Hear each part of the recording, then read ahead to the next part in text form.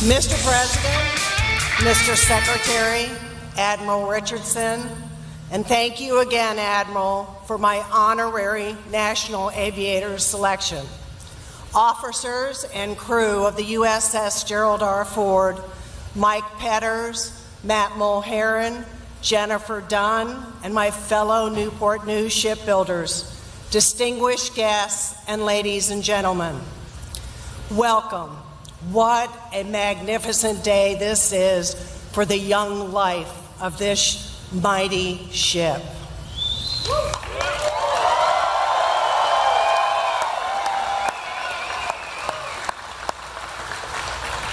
Mr. President, you have spoken passionately about America's greatness, and there are no finer examples of that greatness than the two groups that are before you here today.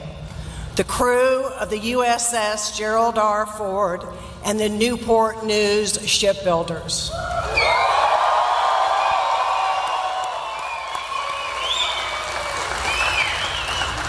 Hopefully, we will all be together in Norfolk this summer to commission this ship. And let me add a special thank you to the Navy leaders for your continuing efforts to find a solution to Pier 11 dilemma. And for the commissioning, thank you very much. To my fellow Newport News shipbuilders, this is my 17th visit to our ship. Your patriotic commitment to excellence is reflected in every rivet and every bolt. Therefore, I am very proud to say, as Dad most certainly would be, congratulations, fellow shipbuilders, and thank you. I'm reminded of a speech that Dad gave in Norfolk, May 3rd of 1975. That day, my dad commissioned the new aircraft carrier, the USS Nimitz. 4 decades after the Nimitz was commissioning, the words that Dad spoke that day are still spot on and accurate. The President, it's as if we can hear Dad's voice speaking to us about the USS Gerald R. Ford. Quote, "I see this great ship as a symbol of the United States, of our immense resources and skilled workers and our boundless energy and our military strength. Wherever this ship flies her flag, she will be a symbol of the United States' strength, made in America and operated by Americans."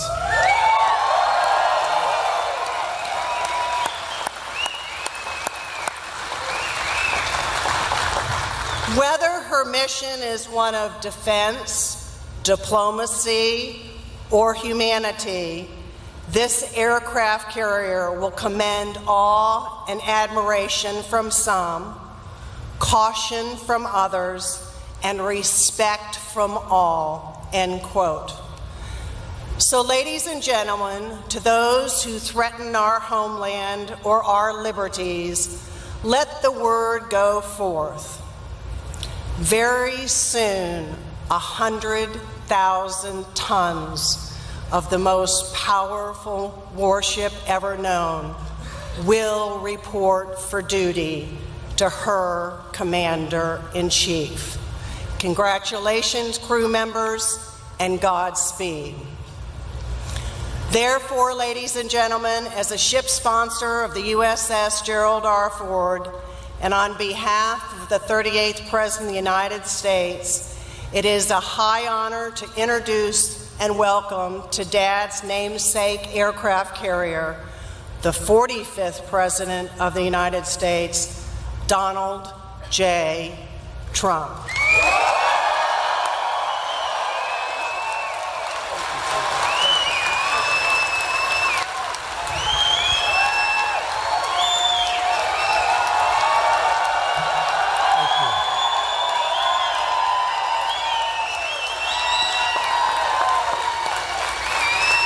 Thank you. Thank you very much. What an honor. You know, they just gave me this beautiful jacket. They said, "Here, Mr. President, please take this home." I said, "Let me wear it." And then they gave me the beautiful hat. And I said, you know, maybe I'll do that. We have a great Make America Great Again hat, but I say this is a special day we're wearing this, right? So I have no idea how it looks, but I think it looks good. It's a great looking hat. Just like this is a great looking ship. Thank you. I'm privileged to stand here today with the incredible men and women of the United States Navy. American sailors are the best war-fighting sailors anywhere in the world, and it's not even close. And Susan, I am so glad you could be with us. I know how hard you work, 17 visits.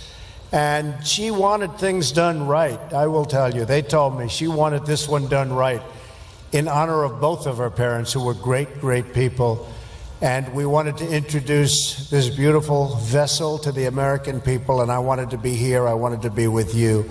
So, Susan, and to your family, unbelievable job. Unbelievable. The soon-to-be commissioned Gerald R. Ford, USS, what a place. It really feels like a place. You stand on that deck and you feel like you're standing on a very big piece of land, but this is better than land. It'll not only be a great symbol of American strength, but a great legacy for your father and our former president, Gerald Ford. President Ford was a Navy man. By the way, he was also a great athlete, for those of you that didn't know. He saw action in the South Pacific during World War II. He served this country with honor in the military, in Congress, and in the White House. The proud dignity of this ship is a fitting tribute to Gerald Ford, the man and the president. Congratulations to all of the men and women who helped build it. This is American craftsmanship at its biggest, at its best, at its finest. American workers are the greatest anywhere in the world. This warship and all who serve on it should be a source of shared pride for our nation.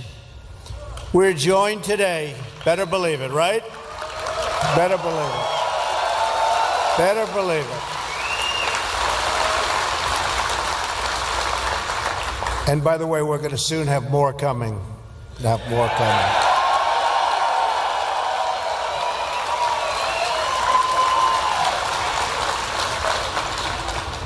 We are joined today by General Mattis, now Secretary Mattis. Where is he?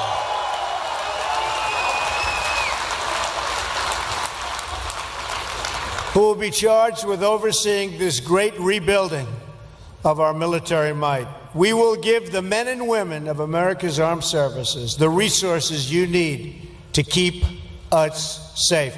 We will have the finest equipment in the world, planes, ships, and everything else. We are going to have, very soon, the finest equipment in the world.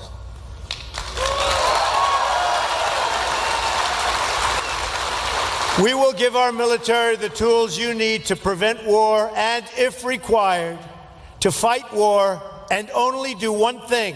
You know what that is? Win. Win. We're going to start winning again. Admiral John Richardson, Chief of Naval Operations, is with us today as well. Great gentleman. Admiral, we're going to ensure our Navy has the resources, personnel, training, and equipment, the kind of equipment that you need. So congratulations, Admiral, and a lot more is coming.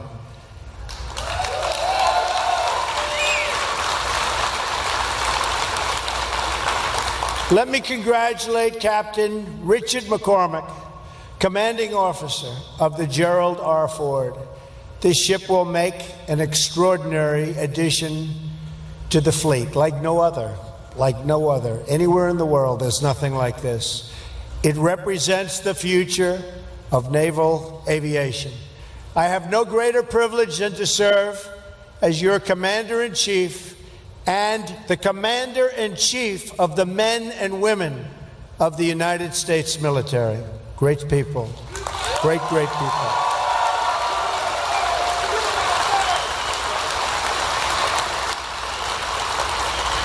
I salute you, and I salute our sailors. I will always support you and your mission. I will never, ever let you down. And I also have to recognize Mike Petters, President and CEO of Huntington Ingalls Industries, along with Matt Mulheron, President of Newport News Shipbuilding. They won't let you down either. They're not going to let you down either. To those who serve our nation in uniform, and to those who build the instruments of our defense, I thank you on behalf of our nation. I agree. I agree. Our carriers are the centerpiece of American military might overseas.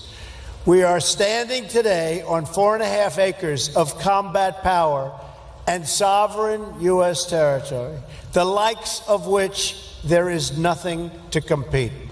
There is no competition to this ship. It is a monument to American might that will provide the strength necessary to ensure peace. This ship will carry 4,500 personnel and 70 aircraft and will be a vital component of our defense. This carrier and the new ships in the Ford class will expand the ability of our nation to carry out vital missions on the oceans to project American power in distant lands. Hopefully, it's power we don't have to use. But if we do, they're in big, big trouble.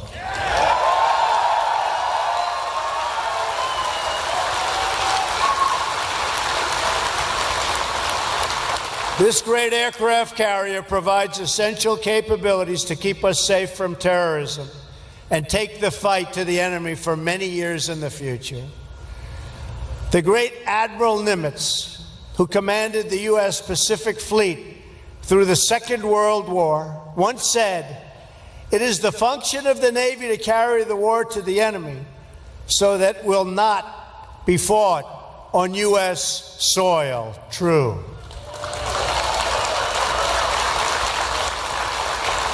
And it was under Admiral Nimitz's command 75 years ago this June that the Navy did just that. At the Battle of Midway, you've all known about the Battle of Midway, where the sailors of the U.S. Navy fought with a bravery that will be remembered throughout the ages. Storied bravery throughout the ages. The backbone of the American fleet at Midway was 3 beautiful aircraft carriers: the Yorktown, the Enterprise, and the Hornet. All 3 were built with American hands right here at the Newport News shipyard.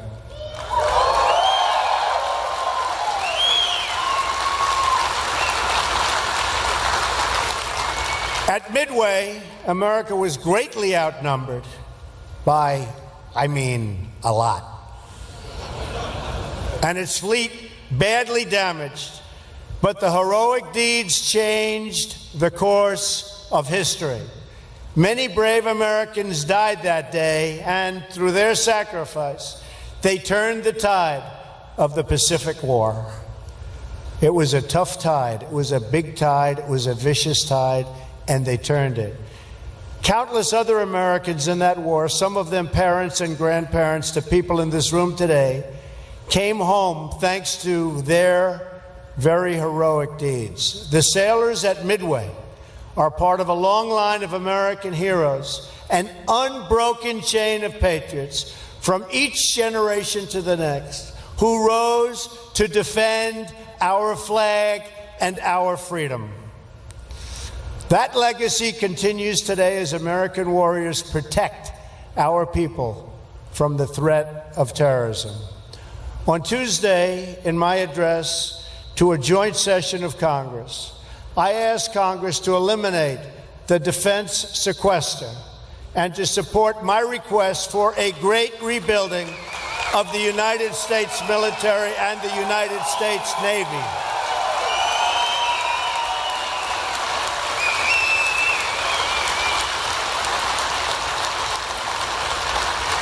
After years of endless budget cuts that have impaired our defenses, I am calling for one of the largest defense spending increases in history.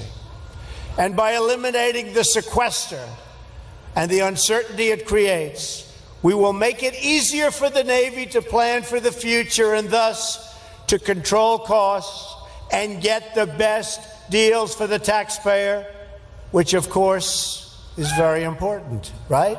Got to get a good deal. We don't make a good deal, we're not doing our job. The same boat for less money, the same ship for less money, the same airplanes for less money. That's what we're doing. That's what we're doing. It means we're going to get more of them, and we can use them. Our military requires sustained, stable funding to meet the growing needs placed in our defense. Right now, our aging frontline strike and strike fighters, the whole aircraft, many, many aircraft, are often more likely to be down for maintenance than they are to be up in the sky. Our Navy is now the smallest it's been since, believe it or not, World War I. Don't worry. Going to soon be the largest it's been. Don't worry. Think of that. Think of that.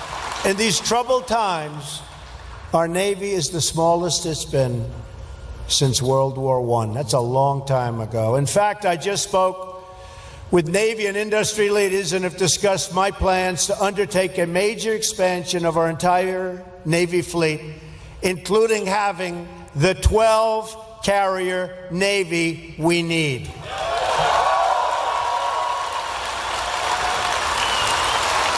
We also need more aircraft, modernized capabilities, and greater force levels. Additionally, we must vastly improve our cyber capabilities. This great rebuilding effort will create many jobs in Virginia and all across America, and it will also spur new technology and new innovation. America has always been the country that boldly leads the world into the future. And my budget will ensure we do so and continue to do exactly that. American ships will sail the seas. American planes will soar the skies. American workers will build our fleets.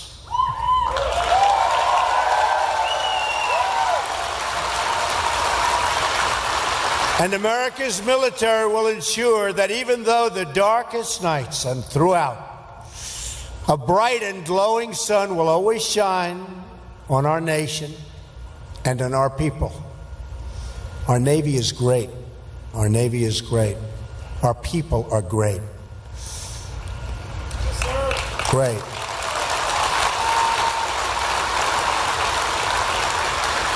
Our republic will meet any challenge, defeat any danger, face any threat, and always seek true and lasting peace. May God bless our military. May God bless our Navy. May God bless the wonderful Gerald Ford family. And may God continue to bless the United States of America. Thank you very much.